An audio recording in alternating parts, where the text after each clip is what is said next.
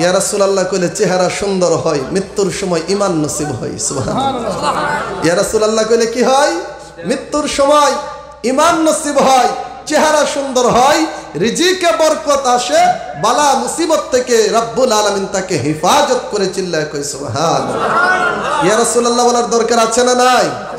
সবাই বলেন ইয়া রাসূলুল্লাহ বলার দরকার আছে না নাই? ঈমানদার আর মুনাফিক এর পার্থক্য করার অন্যতম একটি মাপকাঠি হচ্ছে ইয়া রাসূলুল্লাহ বলা। কথা কোন ঠিক কিনা? আরো জোরে কোন না ইয়া রাসূলুল্লাহ, আরো জোরে কোন ইয়া রাসূলুল্লাহ।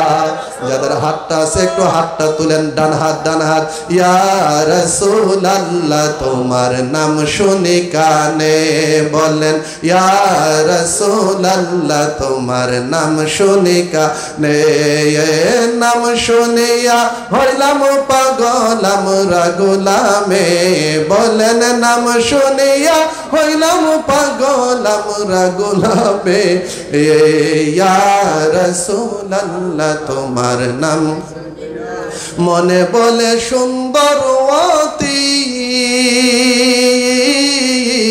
কুরআনে কই নূরের জ্যোতি। মারহাবা কোন? কিসের জ্যোতি? নূরের জ্যোতি। কথা কোন ঠিক কিনা? আপনাদের এই ঝিনাইগাতি, শেরপুর, বাংলাদেশের যে কোনো জায়গায় আপনাদের এই দরবারের আশপাশে এই ডেফলাই যখন মানুষ কবর করা হয় তখন সুবহানাল্লাহ বইলা মানুষ কবরের মধ্যে রাখে, এমন নাকি? হ্যাঁ, আচ্ছা, তাহলে নিয়ম মিল আছে। আরেকটু বলি, আলহামদুলিল্লাহ বইলা কি কবরে রাখে লাশ? তাহলে কি ইয়া রাসূলুল্লাহ বইলা কবরে রাখে? হ্যাঁ, এই তো আপনারা বুঝেন। কবরে লাশ রাখার সময় সুবহানাল্লাহ বলে না, আলহামদুলিল্লাহ বলে না, আল্লাহু আকবার বলে না, কোরআন তেলাওয়াত করে ও লাশটা কবরে রাখে না। লাশ যখন কবরে রাখে আপনার নবী আমার নবীর মিল্লাতের উপরেই কবরে রাখে। কথা কোন ঠিক কিনা? এই জন্য ওই নবীজির নাম, যে নবীজির নাম কবরের মধ্যে রেখে আপনাকে আমাকে কবরস্থ করা হবে, ওই নবীজির নামটা জীবদ্দশায় বেশি পরিমাণে বলার দরকার আছে না নাই? সাহাবীদের মাকাম অনেক উঁচায় উঠেছে শুধুমাত্র নবী নবী কইরা।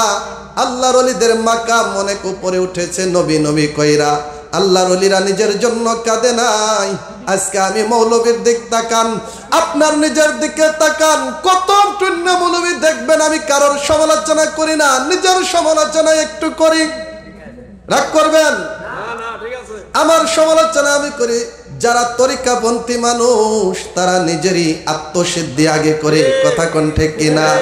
আমি গত জুমায় আলোচনা করেছিলাম, লম্বা হয়ে যাবে সেদিকে বললে, তারপরেও বোঝার জন্য একটু সংক্ষিপ্ত ভাবে আপনাকে বলি। এই রাহমাতাল লিল আলামিন আল্লাহ মুসাকে বানাই নাই, রাহমাতাল লিল আলামিন ঈসাকে বানাই নাই, রাহমাতাল লিল আলামিন আদমকে বানাই নাই। যত নবী এবং রাসূল আসছে আমার নবী ব্যতীত এই রাহমাতাল লিল আলামিন উপাধি কাউকে দেয় নাই। আপনার নবী আমার নবীকে কেন দিল জানেন না? আয়াত বলবো না, লম্বা হবে, দুটোটাই কোরআনে আসছে। সাইয়্যিদুনা মুসা আলাইহিস সালাতু ওয়াস সালামকে যখন কাফেরেরা মুশরিকেরা যখন কি করলো, আপনার ধাওয়া করলো, মুসা আলাইহিস সালাম দৌড়াইতে দৌড়াইতে নীল নদীর কিনারায় দাঁড়িয়ে গেল। এখন মুসা নবীর অনুসারীরা ডাক দিয়ে বলে, ও মুসা, ওই যে তাকিয়ে দেখো, কাফেরেরা মুশরিকেরা আমাদেরকে ধরে ফেলবে, আমাদের উপর আক্রমণ করবে, সামনে তো আর যাওয়ার কোনো জায়গা নাই, কোন দিকে যাব? মুসা আলাইহিস সালাতু ওয়াস সালাম বলছিলেন, ওহে তোমরা শোনো, টেনশন কইরো না, চিন্তা কইরো না, আমাদের সাথে আমার আল্লাহ আছে। সুবহানাল্লাহ। কোরআনে আছে ইন্না মা'য়া রাব্বি সায়াহদিন। মুসা নবী ডাক দিয়ে বলে, জগতের মুসলমান, কিভাবে কোরআন বুঝবেন? ওলিয়া উলিয়ার কাছে কেন আসেন? শুনেন, মুসা নবী বলল, আমাদের সাথে কে আছে? আল্লাহ আছে। আর আপনার নবী আমার নবী, সূরা তাওবার 40 নম্বর আয়াত, আল্লাহর কোরআন সাক্ষ্য দেয়, যখন হিজরতের রাতে নবী যাচ্ছে গারে সুরে, যখন ওই যে কুয়ার মধ্যে নবী আত্মগোপন করলো, আবু বকর সিদ্দিক নবীজির সাথে আল্লাহর নবী রাহমাতাল লিল আলামিন, আর আবু বকর যখন ওই কুয়ার মধ্যে আত্মগোপন করে, এমন সময় সময় কাফেররা মুশরিকেরা কুয়ার কাছ দিয়ে হেঁটে হেঁটে যায়। লম্বা কথা সংক্ষেপ বললাম। আবু বকর ডাক দিয়ে বলে, ইয়া রাসূলুল্লাহ, ইয়া হাবিবাল্লাহ, নবী গো, এই বুঝি কাফেররা মুশরিকেরা আমাদেরকে দেখে ফেলবে, দেখলেই তো আমাদের উপর আক্রমণ করবে। আপনার নবী, আমার নবী ডাক দিয়ে কয়, আবু বকর শুনো, ইল্লা তানসুরুহু ফাকাদ নাসরাহুল্লাহ ইয আখরাজাহুল্লাযীনা কাফারু সানিয়া ইসনাইনি ইয হুমা ফিল গার ইয ইয়াকুলু লিসাহিবিহি লা তাহজান ইন্নাল্লাহা মা'ানা। জবান থাকলে চিল্লায় কন্না মারহাবা। আবু বকরকে আপনার নবী, আমার নবী ডাক দিয়ে বলে, আবু বকর, ও আবু বকর শোনো, কথাটা কিন্তু মনোযোগ দিয়ে শুনতে হবে। ও আবু বকর, টেনশন কইরো না, চিন্তা কইরো না, আল্লাহ আছেন আমাদের সাথে। সুবহানাল্লাহ। দুইটা কথার পার্থক্য বুঝেন। তরিকা কেন নেন? নিজের আত্মসিদ্ধি করার জন্য। মুসা নবী বলছে, ইন্না মাইয়া রব্বি সায়াহদিন, আমার সাথে, ইন্না মাইয়া তারপরে রব, আমার সাথে আল্লাহ আছে। আল্লাহ নাম নেওয়ার আগে নিজের কথা স্মরণ করছে, আমার সাথে আল্লাহ। আর আপনার নবী, আমার নবী আবু বকরকে বলে, চিন্তা কইরো না, আল্লাহ আছেন আমাদের সাথে। সুবহানাল্লাহ। এই জন্য মুসাকে আল্লাহ রাহমাতাল লিল আলামিন বলে নাই। তরিকাপন্থী যারা আছে তারা বুঝাই আমল করে। আপনার নবী, আমার নবীকে রাহমাতাল লিল আলামিন দিল কেন? যে মুসা তিনি আল্লাহকে স্মরণ করার আগে নিজেকে স্মরণ করলো, আর আপনার নবী, আমার নবী নিজেকে স্মরণ করার আগে আমার রব আল্লাহকে স্মরণ করেছে। কোন সুবহানাল্লাহ। ওই নূর যখন কোন ব্যক্তির উপর পড়ে, সে ছিল বান্দা, ওই নূরের তাওয়াজ্জুহ পড়ার কারণে বান্দা থেকে এখন আল্লাহ তাআলার বন্ধু ওলিতে পরিণত হয়ে যায়। কোন সুবহানাল্লাহ। ছিল কি বান্দা? বলেন, ছিল কি বান্দা? যখন ওই নূরের তাওয়াজ্জুহ আসে, এই কলবটা মুনাওয়ার হয়ে যায়। ওই বান্দা সাধারণ থাকে না। এখন আপনি আর আমি বান্দা, এখন চিশতি সাহেব উনি হয়ে গেছে বন্ধু। উনি আর দেখতে শুনতে আপনার মতো আমার মতো, কিন্তু তার চিন্তাধারা আপনার থেকে আমার থেকে আসমান জমিন ডিফারেন্স। কেন না? আল্লাহ তার মর্যাদাকে উঁচা করে দিয়েছে। সুবহানাল্লাহ। আস্তে কইলেন যে জুড়ে কোন সুবহানাল্লাহ। এন কেমনে উঁচা করছে একটু জানার দরকার না? হ্যাঁ, কেমনে উঁচা করে? ওলিয়া ওলিয়া যারা হয় তাদের চিন্তাধারা মস্তিষ্ক আপনার মতো আমার মতো না। বলবেন, হুজুর এটা কিভাবে একটু বুঝিয়ে দেন। আল্লাহর ওলি রাহমাতাল লিল আলামিন মদিনায় শুয়ে শুয়ে উম্মতের জন্য কাঁদে। এটা আপনিও জানেন, আমরাও জানি। নবী উম্মতের জন্য কাঁদে। আল্লাহর ওলি গেল হজ করতে, রাউজায়ে তাহারের পাশে দাঁড়িয়ে যখন জিয়ারত করে দেখে আমার নবী উম্মতের জন্য কাঁদে। এবার হজের থেকে আইসা আল্লাহর ওলি তাহাজ্জুদের নামাজ পড়ে, নামাজ পড়া হঠাৎ করে হাতখানা তুইলা আল্লাহর কাছে ফরিয়াদ করে বলে, আল্লাহ রে, তুমি আমাকে তো মোটা বানিয়ে দাও, অনেক বেশি মোটা বানিয়ে দাও। গভীর রজনীতে ঘরের কিনারা দিয়ে কেউ হেঁটে হেঁটে যায়, আর হঠাৎ করে শুনে আল্লাহর ওলি বলতেছে আমাকে মোটা বানিয়ে দাও। এখন ওদের মস্তিষ্কের মধ্যে প্রশ্ন আসলো, পৃথিবীর মানুষ কত দোয়া করে, কত কিছু চায়, আল্লাহ জান্নাত দাও, জাহান্নাম থেকে আমাকে বাঁচাও।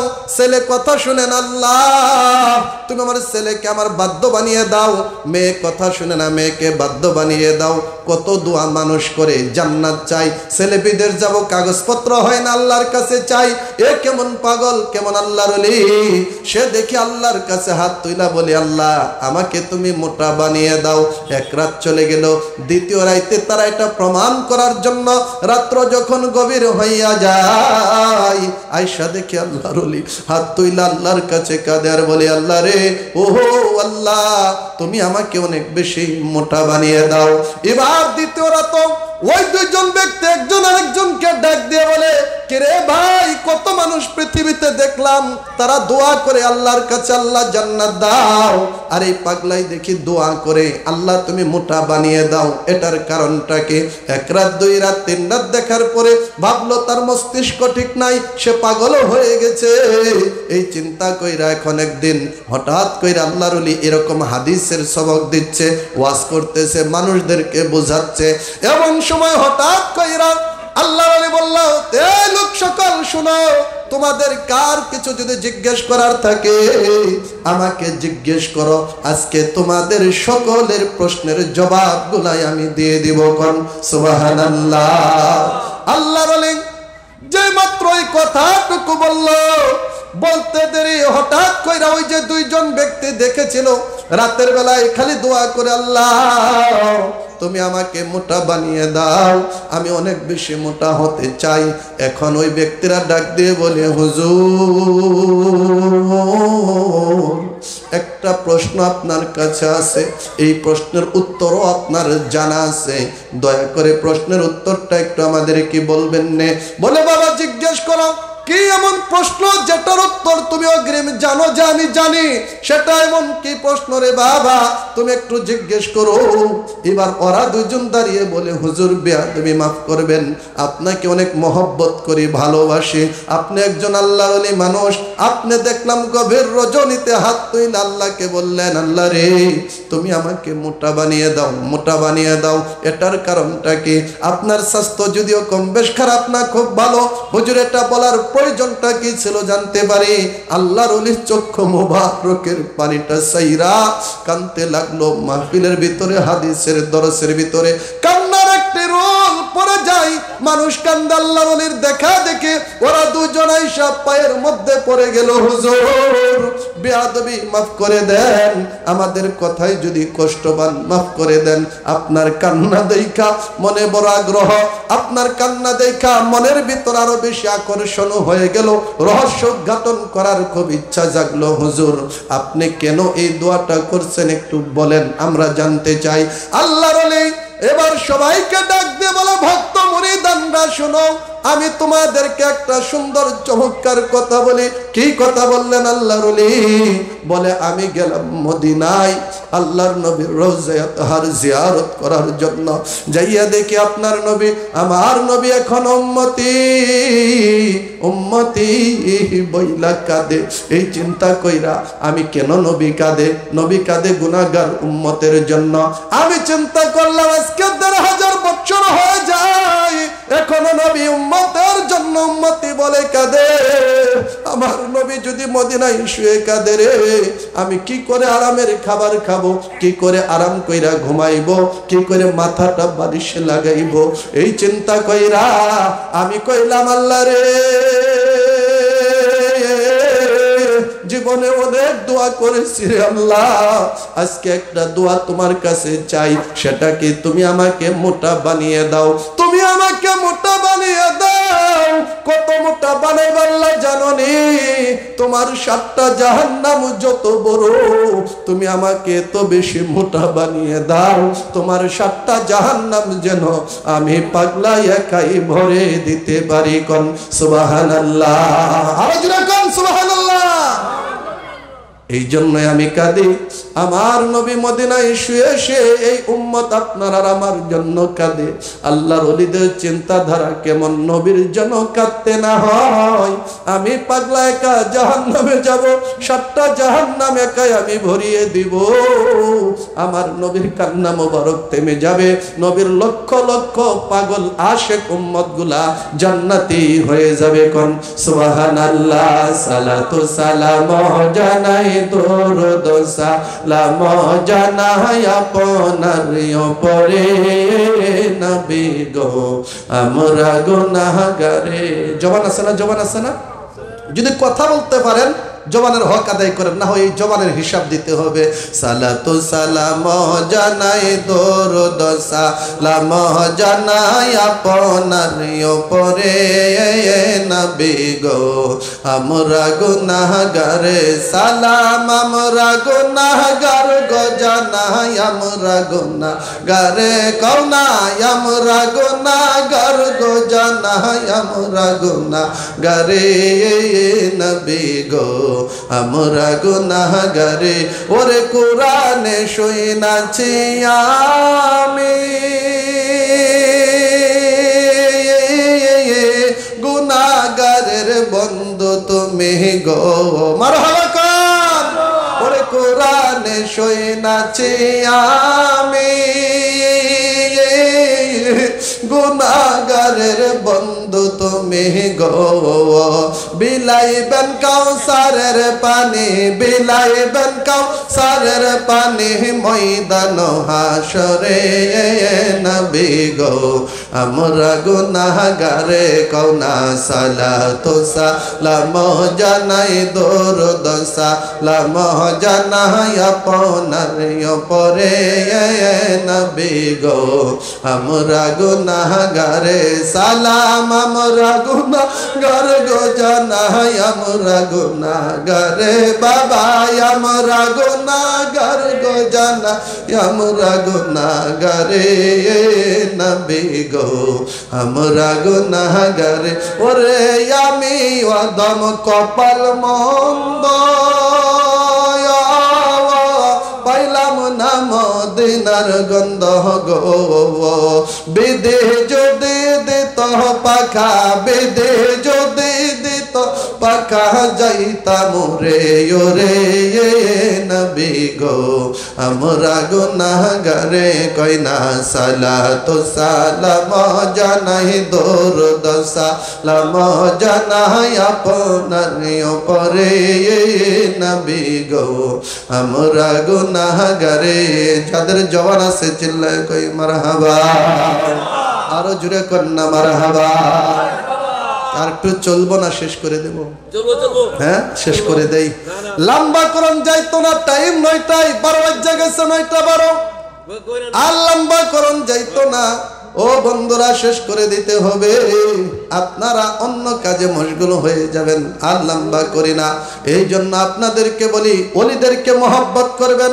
ওলিদেরকে ভালোবাসবেন ওলিদেরকে মহব্বত ভালোবাসলে আপনি থাকবেন সাধারণ আপনার মাকামটা আমার আল্লাহ উঁচা কইরা দিবে কোন সুবহানাল্লাহ পাগলাই বাড়ির ভিতরে স্ত্রীর সাথে ঝগড়া করছে রাগ করছে পাপ বাড়িতে রাগ ঝগড়া কইরা আল্লাহর ওলির দরবারে চলে আসছে আর থাকবো না শান্তির জায়গা হচ্ছে মুর্শিদের বাড়ি শান্তির জায়গা হচ্ছে পীর মুর্শিদের দরবার কথা কোন ঠিক কিনা পাগলাই আইসা 1 মাস 2 মাস 3 মাস দীর্ঘদিন যাবত আল্লাহর ওলির দরবারে কাজ করে আর জিজ্ঞেস করে হুজুর আমি রাগ কইরা আসছে আপনার দরবার চাইরা আর আমি যাব না আপনার দরবারের মধ্যে আমি থাকবো এক পাগলা দীর্ঘদিন থাকার পরে যখন চলে যাবে পিসা হুজুর কেবলা নিজেও জানে তার হাতে 1 টাকাও নাই বাড়িতে যাব গাড়ি ভাড়া টাকা নাই এইখান থেকে ঝিনাইগাতি এমনিতে যাওয়ান যাবে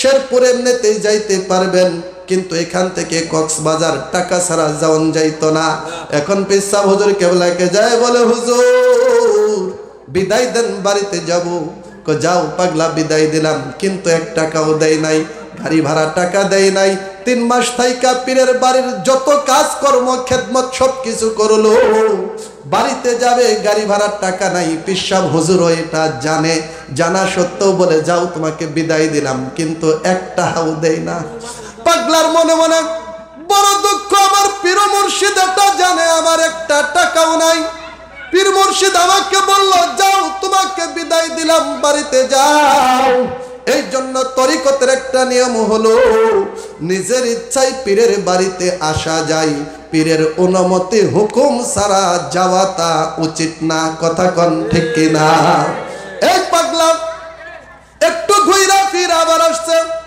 ও হুজুর আমাকে বিদায় দেন আল্লাহর ওলি বলে যাও পাগলা তোমাকে বিদায় দিয়ে দিলাম তুমি যাও বাড়িতে যাও এখন বুঝলো কিরে হুজুর তো জান আমার টাকা নাই কেন আমাকে হুজুর 2-4টা গাড়ি ভাড়া টাকা না দিচ্ছাম বাড়ি পর্যন্ত কেমনে যাব বুঝে আসে না এবার রাগ কইরা মাস মস্তিষ্ক নষ্ট হয়ে গেছে রাগের শরীর নিয়ে ঘর থেকে বাইর হইছে এক পীর ভাই গাড়ি চালা বলে বাবা ওঠ আমার গাড়ির মধ্যে তোকে আমি শেরপুর পর্যন্ত আগাই দেই শেরপুরে গিয়ে নামাইছে এখন যাইব কেমনে শেরপুরের বড় মসজিদে ওযু করার জন্য ঢুকছে এবার যখন ওযু করবে মাথাটা এমনি গরম এখন আমি শেরপুর থেকে কক্সবাজার কি করে যাব দীর্ঘদিন পীরের বাড়িতে খেদমত করে আসলাম পকেট ফাঁকা 1 টাকাও নাই কি করে বাড়িতে যাব ওযুখানায় ঢুকছে আর একটা 17 বছরের ছোট্ট বাচ্চা এই বাচ্চাটা পানি দিয়ে ওযুখানার পানি দিয়ে খেলতেছে এমন সময়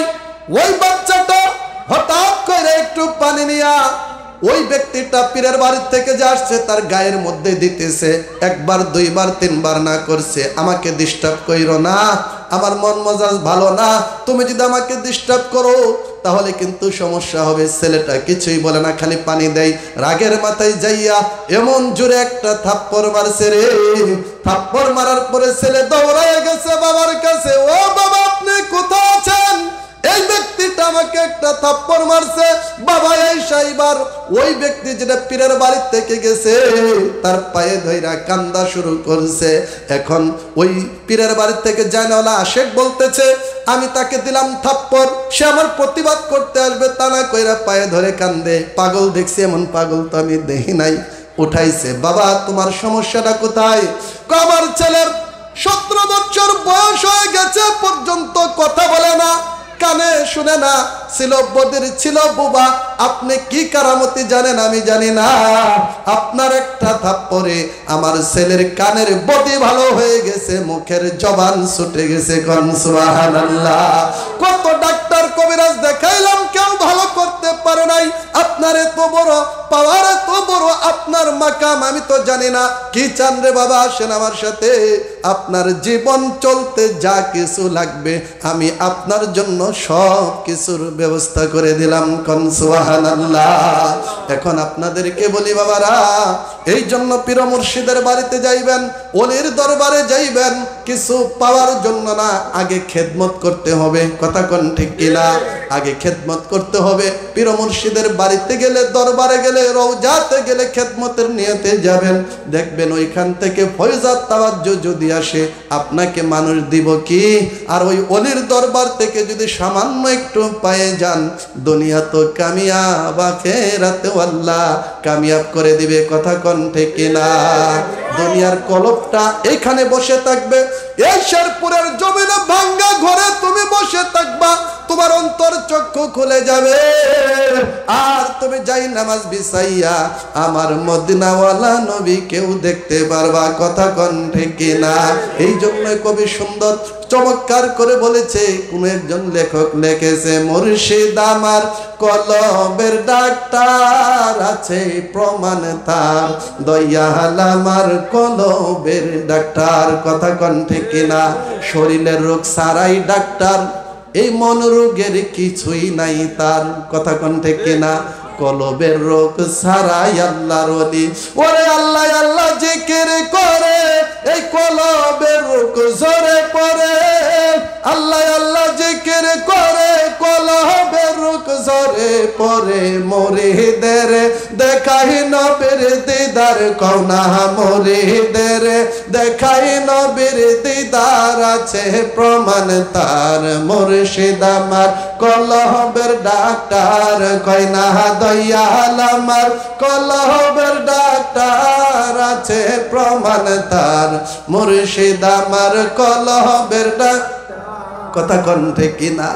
এই জন্য বলি বাবাজিরা আমার, যারা আছেন আর লম্বা করছে না, সংক্ষিপ্ত শেষের দিকে আসছি, অনেক মা বোনরা আছেন, 2-4টা কথা শুনেন, সর্বোচ্চ 15 মিনিটের মধ্যে আমি শেষ করে দিচ্ছি। এই কথাটা শোনা দরকার। আমরা যারা আল্লাহর ওলি হয়, যারা আমরা তাদেরকে চিনি না, তাদের মাকাম অনেক উপরে থাকে। কোথায় থাকে? উপরে থাকে। এই জন্য আপনাদেরকে বলি, তাহাজ্জুদ পড়বেন, 5 ওয়াক্ত নামাজ পড়বেন, মা বাবার খেদমত করবেন। মহিলা যাদের আপনাদের স্ত্রী আছে, মা আছে, ভালোবাসবেন, কেননা এই মার গর্ভের থেকেই আল্লাহর ওলি পয়দা হয়। কথা কোন ঠিক কিনা? গালি দেওয়ান যাইতো না, মারামারি করন যাইতো না, রাগারাগি করন যাইতো না। আসল ইবাদতের জায়গা কিন্তু এটাই। আপনি যদি এই জায়গা ঠিক না রাখেন, দুনিয়া তো আপনার কাজে হবে না, আখিরাতেও কাজ হবে না। কথা কোন ঠিক কিনা? এই মারা কত দামি হয় বাবা, আমি শেষ করে দিচ্ছি অল্প একটু। হুজুর গাউসে পাক যাকে বড় আল্লাহর ওলি বলা হয়, আপনি আমি সবাই জানি। এই গাউসে পাকের আম্মা গাউসে পাককে পেটের মধ্যে নিয়া লেবু ছিঁড়তে গেল বাগানে। মা বোন একটু মনোযোগ দিয়ে শোনো, বাগানে গেছে লেবু ছিঁড়তে, এমন সময় গাউসে পাক আব্দুল কাদের জিলানী পেটে সন্তান যদি লারা দেয়, কত মারা দেখবেন, রাতের বেলা না ঘুমাইয়া রাত্রটা কাটাইছে। 8 মাস 7 মাস হয়ে গেলে বসলে আর দাঁড়াইতে পারে না। পেটের সন্তান যখন একটু সামান্য দিক সেদিক হয়, আরামের ঘুম ঘুমাইতে পারে না। বসলে দাঁড়ায় না, দাঁড়াইলে বসে না, কাত হইলে আর এদিক সেদিক লড়ে না। দেখবেন মা, এই মারা যত সন্তান প্রসব করে এক একটা রক্তের ফোঁটার বিনিময়ে আমার আল্লাহ ওই মা এবং ওই বোনদের আমলনামার ভিতরে অসংখ্য সওয়াবের বন্যা বসাইয়া দেয়। কোন সুবহানাল্লাহ। সন্তান প্রসবের সময় যদি কোনো মা মারা যায়, আমার নবী বলেন ওই মাটা শহীদি দরজা পাইয়া যায়। সুবহানাল্লাহ। তবে একটা কথা মনে রাখবেন, যদি আমি বড় হুজুর, আমি মুফতি, আমি শাইখুল হাদিস, আমি যত বড় মোল্লা মুন্সি হই না কেন, আপনি যত বড় তাহাজ্জুদ গুজারি হন না কেন রে, যদি ওই মাকে কষ্ট দেন, আপনার অলিত্ব হাসিল হবে না। বলবেন হুজুর কেমনে?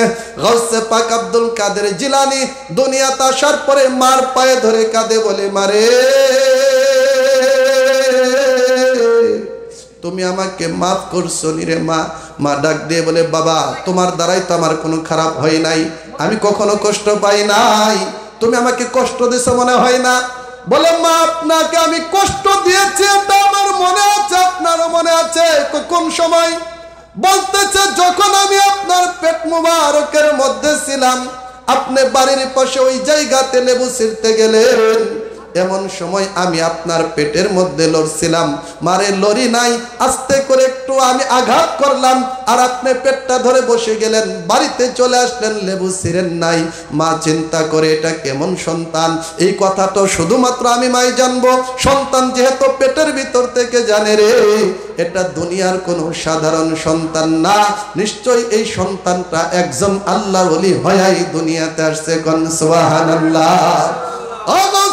আব্দুল কাদের জিলানী আপনি এটা কি করে জানেন? আব্দুল কাদের জিলানী শেষ করে দিচ্ছে, ডাক দিয়ে বলে ও মারে মা, যখন তুমি লেবু ছিঁড়তে যাও রে মা, আমি দেখলাম ওই লেবুর পাশে একটা বিষাক্ত সর্প, বিষাক্ত সাপ বসে আছে, আর তুমি যেই মাত্র লেবুটা ছিঁড়তে যাবা, এমন সময় সাপ তোমার হাতের মধ্যে সবল মারবে। আমি চিন্তা করলাম আমার মার হাত মুবারকের মধ্যে যদি এখন সর্প সবল মারে, মার কষ্ট হয়ে যাবে। এই কথা চিন্তা কইরা আমি একটু আস্তে করে পেটের মধ্যে লাড়া দিলাম, আর তুমি মা পেটটা ধরে বসে গেলা। মারে যদি দয়া হয় তুমি আমাকে মাফ কইরা দাও। সুবহানাল্লাহ। গাউসে পাক আব্দুল কাদের জিলানী এত বড় ওলি হইয়াও মার খেদমত করছে, মাকে মহব্বত করছে। আজকে যারা আমরা এখানে আসছি, আমরা মার খেদমত করতে চাই কি চাই না? সবাই কোন চাই কিনা? মার খেদমত যদি আপনার মধ্যে থাকে, আল্লাহর ওলি হইতে বেশি দেরি হবে না। কথা কোন ঠিক কিনা? আমরা জানি অসংখ্য আল্লাহর ওলি, বাইজিদ বুস্তামি মার দোয়ায় আল্লাহর ওলি হইল। হুজুর গাউসে পাকের বাবা এবং মার ফয়জাত তাওয়াজ্জুতে গাউসে পাক বড় একজন আল্লাহর ওলি হয়েছে। এখন আপনার আমি যদি আল্লাহর ওলি হইতে চাই, ওই মাকে বাবাকে মহব্বত করতে হবে। কথা কোন ঠিক কিনা? এই জন্য আপনাদেরকে বলবো, যারা আজকের এই দরবার শরীফের মধ্যে এসেছেন, মহব্বত করেন, ভালোবাসেন। আমরাও মাকে মহব্বত করে, এমন মানুষ এখানে আছেন নি মা নাই? আছেন? বাবা নাই এমন মানুষ আছে? আপনাদেরকে বলি, ওই মা বাবা কবরে শান্তিতে থাক, এটা আমরা চাই কিনা?